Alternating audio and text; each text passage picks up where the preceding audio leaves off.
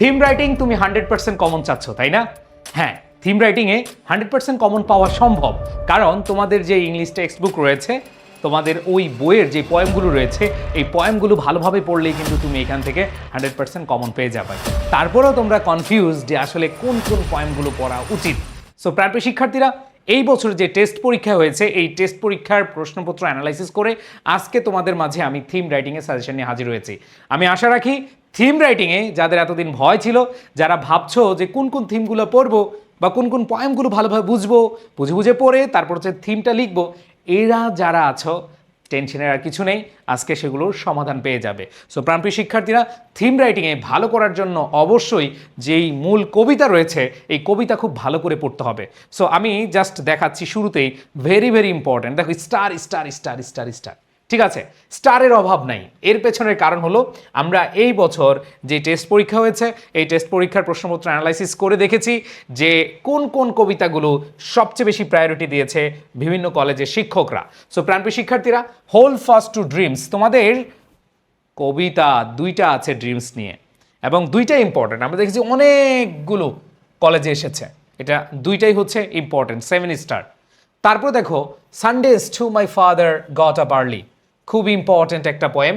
I sit on one of the dives, I died for beauty, ঠিক আছে? তারপর হচ্ছে শি ওয়াক্স ইন বিউটি, ঠিক আছে? The lake of isle of Innisfree, তারপর হচ্ছে alone alone all alone, blow blow the winter wind because I have seen bangles face.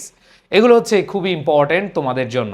এই পয়েমগুলো যারা ভালো করে পড়বে, ইনশাল্লাহ এখান থেকে তুমি থিম কমন পেয়ে যাবে। এখন কথা হলো, থিম লেখার ক্ষেত্রে আমাদের কোন কোন বিষয়গুলো মনে রাখা উচিত। প্রাণপ্রিয় শিক্ষার্থীরা, আমরা অনেকে যে কাজটা করে থাকি, থিমের ফরম্যাট ফোকাস করি বা ফলো করি। প্রাণপ্রিয় শিক্ষার্থীরা, থিমের কোনো ফরম্যাট নাই।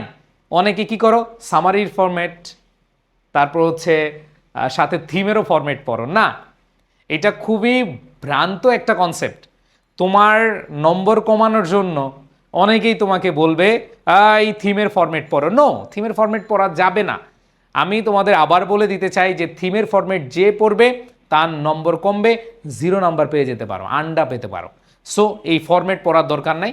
জাস্ট দেখো, ধরো এই কবিতার থিম তুমি 4 থেকে 5 লাইন যদি একটু ভালোভাবে লিখে দিয়ে আসতে পারো, তুমি এখানে ফুল মার্কস পেয়ে যাবা। প্রত্যেকটা কবিতার দেখো, তুমি জাস্ট আমার যারা ক্লাস করো, থিমের ক্লাস আমার ইউটিউবে আছে, তুমি দেখো ওই ক্লাসগুলো করলে তুমি এমনি নিজে বুঝতে পারবা যে আহামরি কিছু না, জাস্ট কবিতাটা বুঝে তুমি তোমার মতো করে লিখবা। আর যদি তুমি কবিতা নাও বুঝো, তাও সমস্যা নাই।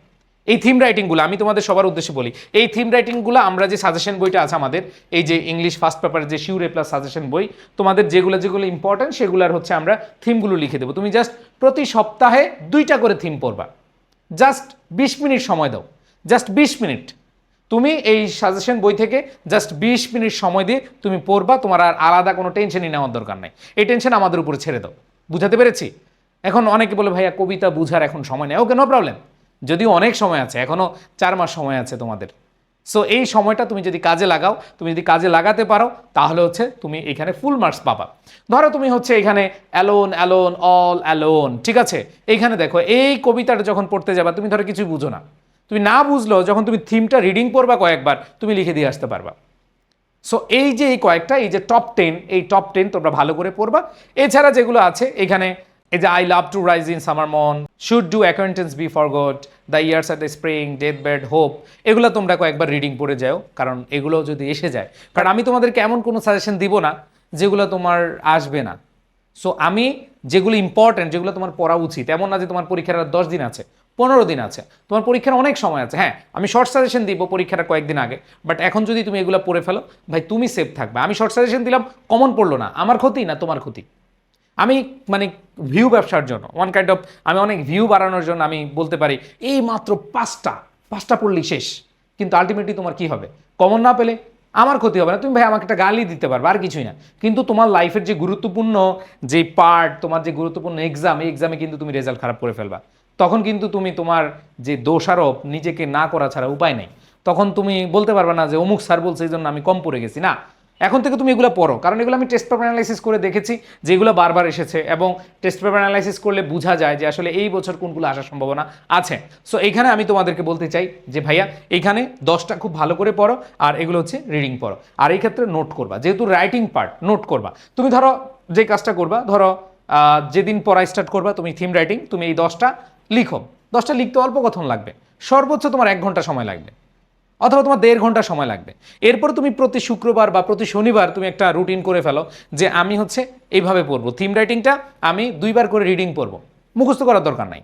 যাদের অনেকের যখন আমি মুখস্থ করতে বলবো তখন তোমার মুখস্থ হবে না। তুমি ভাই প্রতি শনিবার, শুক্রবার, সোমবার, মঙ্গলবার যে কোনো একদিন, সপ্তাহে একদিন তুমি হচ্ছে জাস্ট একটু দেখো, রিডিং পড়ো 2বার করে প্রত্যেকটা, দেখবা যে তোমার মাথায় এমনি সেট হয়ে গেছে। বুঝাইতে পারছি? সো এই ফর্মুলা যারা পড়তে পারবা, ধরো তোমার প্রতি মাসে 4টা শুক্রবার আসে বা 4টা শনিবার আসে, তাহলে তুমি 4বার দেখলা প্রতি মাসে, আবার পরের মাসে 4বার দেখলা, আবার পরের মাসে 4বার দেখলা, ভাই তুমি এমনি মানে তোমার মাথায় এমনি গেঁথে যাবে। তুমি এভাবে পড়ো না, তুমি যদি এইভাবে পড়ে অথবা তুমি যদি এগুলো নোট ডাউন করে তুমি এগুলো সবসময় এই প্রতি সপ্তাহে যদি এইভাবে করে থাকো, তুমি তারপরে চেঞ্জ না হলে বা তোমার মাথায় না থাকলে আমাকে বলিও যে ভাই আপনি যে ফর্মুলাটা দিয়েছেন, যে স্ট্র্যাটেজি দিয়েছেন সেটা কাজ করে না।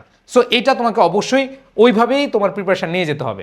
তো এখানে তোমাদের অনেকেরই খুঁজে পাওয়া বা নিজে সুন্দরভাবে থিম লেখার ক্ষেত্রে তোমাদের অনেকে ভালো থিম হয় না, সেক্ষেত্রে তোমরা সাজেশন বইতে পেয়ে যাবা। এখানে বাংলা প্রথম পত্র, দ্বিতীয় পত্র, অর্থনীতি, পৌরনীতি, তারপর হচ্ছে আইসিটি, সবগুলো সাজেশন বই আমাদের ঈদের পরেই বের হচ্ছে।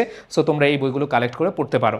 আর তোমরা যারা ইংরেজিতে একবারে দুর্বল, যারা ইংরেজি নতুন করে শুরু করতে চাও, 2-3 মাসে ইংরেজিকে একবারে দফারফা করতে চাও, তাদের জন্য আমাদের 200 মার্কের ফাউন্ডেশন কোর্স, এই ফাউন্ডেশন কোর্সে তুমি অ্যাড হতে পারো। অলরেডি ক্লাস শুরু হয়ে গেছে, দ্রুত অ্যাড হয়ে যাও, আর্কাইভ ক্লাসগুলো করতে পারবা, সামনে যে লাইভ ক্লাসগুলো আছে এগুলো করতে পারবা। দ্রুত এনরোল করে নাও। তোমাদের এনরোল করতে হলে এডুকেশন পেজে নক দিতে হবে, অথবা তোমরা আমাদের যে সলিউশন টেস্ট পেপার সলিউশন, অনেকে টেস্ট পেপার বুঝো না যে কিভাবে পড়বা, সো টেস্ট পেপার সলিউশন কোর্সে তোমরা অ্যাড হতে পারো। খুবই অল্প এনরোল ফিতে তোমরা পেয়ে যাবা আমাদের এই কোর্সটি। এরপর হচ্ছে যারা আগে থেকে একটু ভালোভাবে পড়ে আসছো, তোমরা প্রি অ্যাডমিশন কোর্সটা করতে পারো। সো প্রাণপ্রিয় শিক্ষার্থীরা, তোমরা যারা হচ্ছে এবার এসএসসি 26 রয়েছে, তোমাদের জন্য একটা সুবর্ণ সুযোগ রয়েছে। অনেক সময় তোমরা হাতে পাচ্ছ, এটা কাজে লাগাও, কাজে লাগাও, কাজে লাগাও। টেস্টের পর অনেক সময় কিন্তু তোমরা পাচ্ছ, এটা কাজে লাগালে ভালো রেজাল্ট করতে পারবে। আর কারা ভালো রেজাল্ট করতে চাও, এই যে কমেন্টে লিখো A+ পেতে চাই, কমেন্টে লিখো A+ পেতে চাই। সবাই ভালো থেকো, আল্লাহ হাফেজ, আসসালামু আলাইকুম।